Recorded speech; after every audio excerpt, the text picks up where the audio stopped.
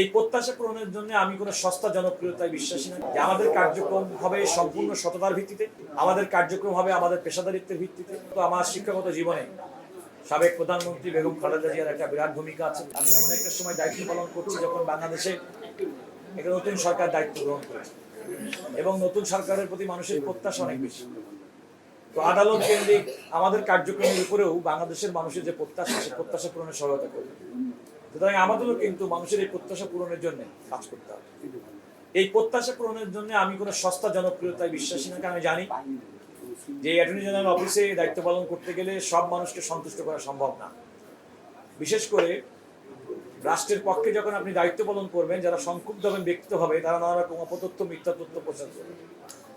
কিন্তু যে কথাটি আমি আশ্বস্ত করতে চাই আপনাদের মাধ্যমে দেশবাসীকে, বিচারপ্রার্থী মানুষজনকে, যে আমাদের কার্যক্রম হবে সম্পূর্ণ সততার ভিত্তিতে, আমাদের কার্যক্রম হবে আমাদের পেশাদারিত্বের ভিত্তিতে, ন্যায় নিষ্ঠার সঙ্গে, এবং মানুষের সুবিচার প্রাপ্তির ক্ষেত্রে আমরা আশা করি যে আমাদের এই অফিস সর্বাত্মকভাবে কাজ করে যাবে এবং সহযোগিতা করবে। আমি আজকের এই দিনে, আপনারা জানেন যে আমার পেশাগত, আমার শিক্ষাগত জীবনে সাবেক প্রধানমন্ত্রী বেগম খালেদা জিয়ার একটা বিরাট ভূমিকা আছে। তিনি আমাকে কূটনীতিকের চাকরি দিয়ে লন্ডনে পাঠিয়েছেন এবং আমি আমাদের যে আদর্শিক নেতা জনাব শহীদ রাষ্ট্রপতি জিয়াউর রহমানের রাজনীতি করি।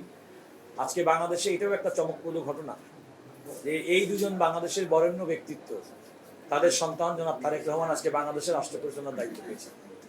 এবং এরকম একটা সৌভাগ্যবান সময়ে আমি নিজেই রাষ্ট্রের পক্ষে আইনের সহায়তা দেওয়ার দায়িত্ব পেয়ে আমি নিজেকে অত্যন্ত সৌভাগ্যবান মনে করছি।